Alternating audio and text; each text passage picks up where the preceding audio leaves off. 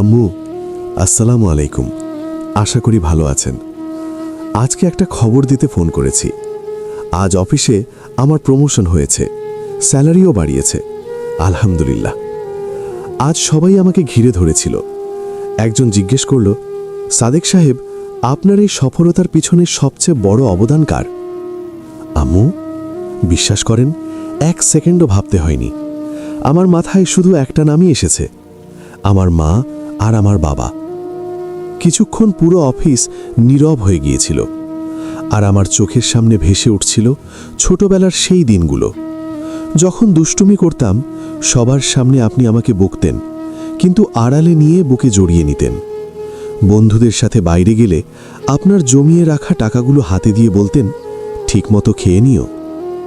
পরিবারে ভুল করলে সবাই যখন রাগ করত, আপনি চুপচাপ আমার পাশে দাঁড়াতেন। আমার দোষ নিজের কাঁধে নিয়ে আমাকে আগলে রাখতেন।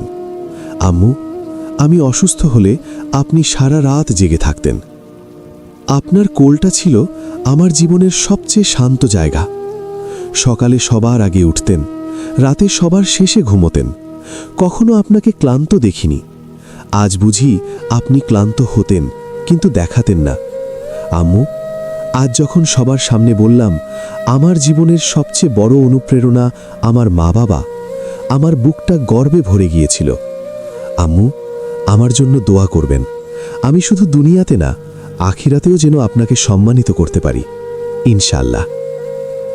ফোনের ওপাশে মা চুপ হয়ে গেলেন। তারপর হালকা কান্নার শব্দ। তিনি বললেন, আমার সাদেক বড় হয়ে গেছে, আল্লাহ আমার দোয়া কবুল করেছেন। একজন সন্তানের সফলতার পিছনে থাকে মা বাবার অসীম ত্যাগ। কিন্তু এই সময়ে অনেক সন্তান বড় হয়ে সফল হয়ে মা বাবাকে ভুলে যায়। শুধু সেই সন্তানরাই মা বাবাকে সম্মান করে, গর্ব করে, ভালোবাসা ফিরিয়ে দেয়। যাদের ছোটবেলা থেকে শুধু বড় করা হয়নি, আদর্শ মানুষ হিসেবে গড়ে তোলা হয়েছে। তাই আসুন, আমরা শুধু সফল সন্তান নয়, আদর্শ সন্তান গড়ে তুলি। যে সন্তান একদিন সবার সামনে দাঁড়িয়ে বলবে, আমার মা বাবাই আমার গর্ব।